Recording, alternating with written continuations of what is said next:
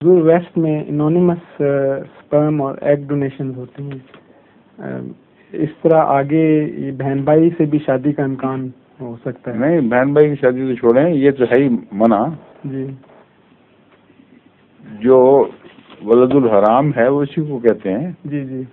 اسلام نے تو انسٹیٹیوشنلائز کیا ہے ولادت کو، اور اس کے بغیر جو بھی طریق ہے وہ ناجائز ہے. یا ایک ناجائز ہو گیا تو اگلے ناجائز پہ آپ کو کیا فرق پڑتا ہے؟ آغاز ہی غلط ہے. ہاں، وہ تو بہت دور کی کوڑی ہے نا. آپ اصل جو آغاز گناہ ہوا میں جو گناہ ہوا، جو بنیادی گناہ ہے، اس کو چھوڑ کر ایک احتمالی گناہ کی تلاش میں نکل کھڑے ہوئے ہیں، جو شاذ کے طور پر ممکن ہے. صرف بہت بعید کا امکان ہے، شاید کروڑوں میں ایک بھی نہ ہو ایسا. اس کی فکر پڑی گئی آپ کو، جس طرح کو اگلے جہان کی، غیر جہانوں کی فکر پڑ گئی ہے. تو یہاں کا جہان ہے، اس کے مسائل تو طے کریں. یہ فعل ہی غلط ہے.